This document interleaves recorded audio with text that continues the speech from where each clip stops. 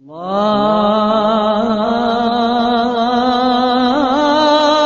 أكبر.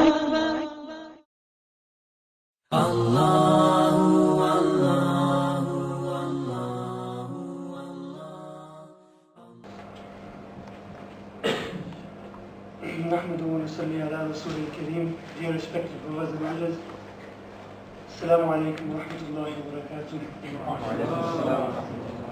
Firstly, it's a great blessing of Allah subhanahu wa ta'ala that He has given us the ability to gather here today in this Islamic gathering. And like this, Allah subhanahu wa ta'ala has given us countless blessings.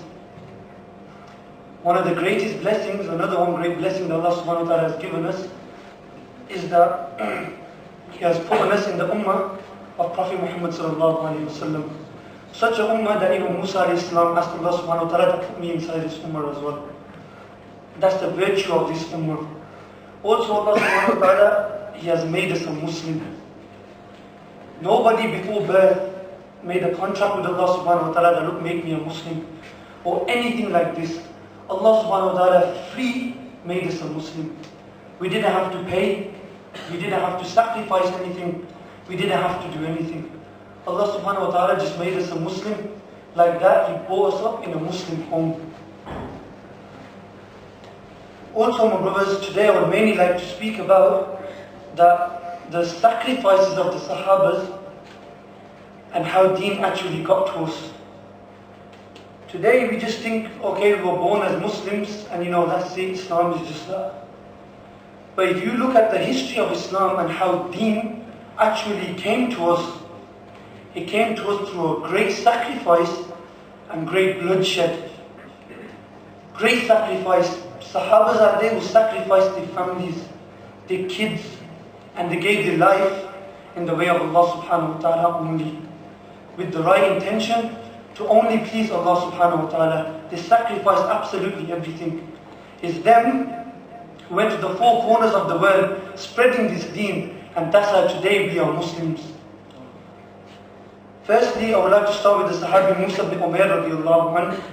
Everybody must have heard of him, he's a very famous Sahabi. The sacrifice that this Sahabi made was just absolutely amazing. He was a young man, around 11, 12 years old, 10, 11 years old. And if you look at a young man today, and you look at Musa bin Umair radiallahu anhu, you will see the big difference. The sacrifices he made for Islam were unbelievable. Because this Sahabi had everything that a 10, 11-year-old would want to have here today.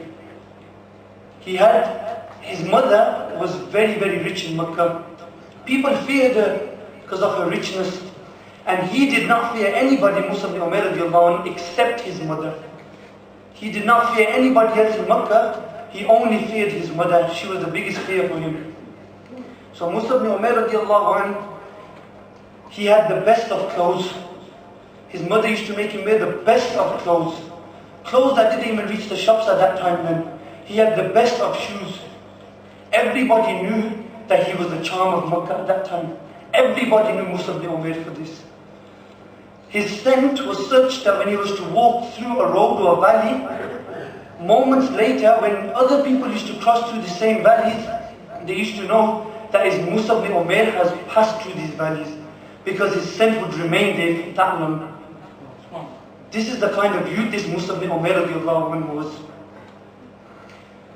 Musa bin Umair radiallahu anhu, he heard the da'wah of Prophet Muhammad sallallahu alaihi wasallam, and he started going to Darul Ilm and listening to Prophet sallallahu alaihi wasallam's talks.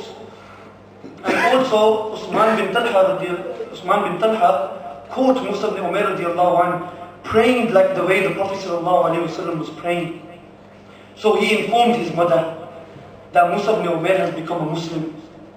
So when his mother found out, the household, obviously it was a great shock. 10, 11, 12-year-old youth. He had everything he could possibly need. Why would he want Islam? So they tied him up in a corner of the house, and they had security watching him. He was there. They barely gave him anything to eat, and they barely gave him anything to drink. And he was there for some time until he heard that the Muslims were going to migrate to Abyssinia. So Musa ibn Umair radiallahu anh escaped and he managed to migrate with the Muslims to Abyssinia. Brothers, when he got there, he returned back to Mecca, and even then his mother said to him, look, come back, come back. What was he doing in Abyssinia? One day he would eat, and one day he would stay hungry. And this is the Sahabi who had the best of food, the best of clothes. So much so that once the Prophet ﷺ and other Sahabis seen Musa ibn Umair radiallahu anh, and they lowered their heads.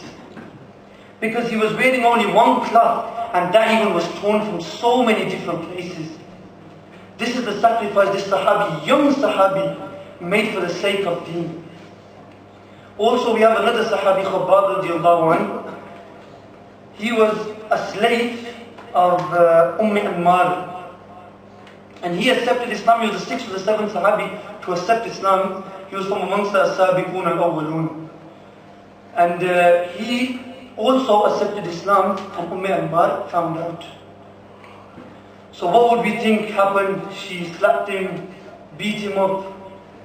Brothers, she laid coal on the floor, fire coming out of them, and he was to lay on his back on top of this coal.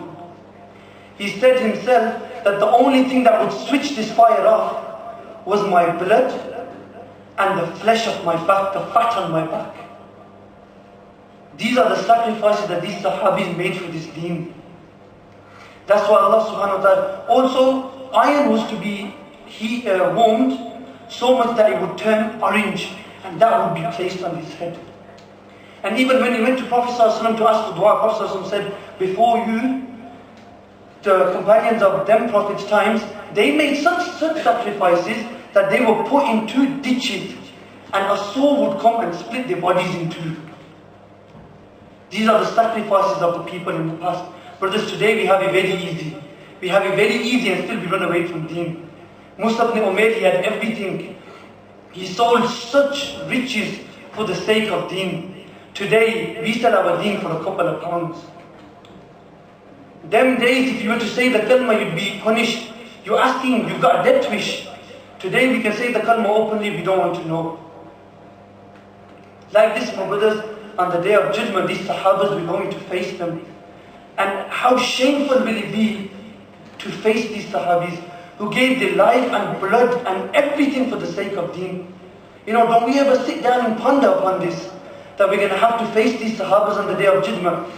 Why if they grip us and just say to us that look how much we done for deen, what did you do for deen? Deen came to you like halwa in a plate. What did you do for deen?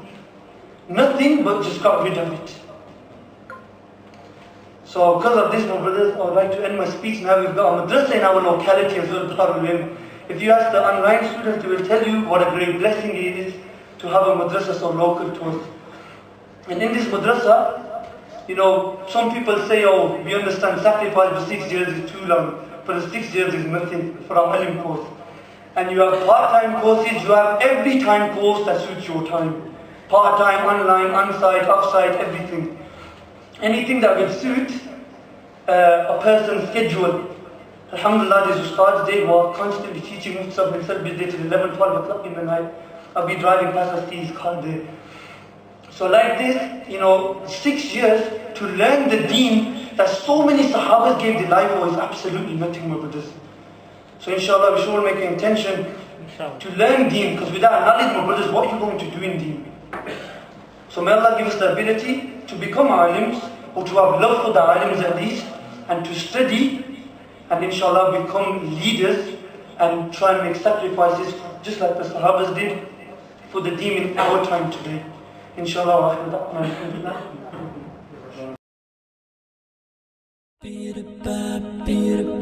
وانضفت حروفي في ربوع بياني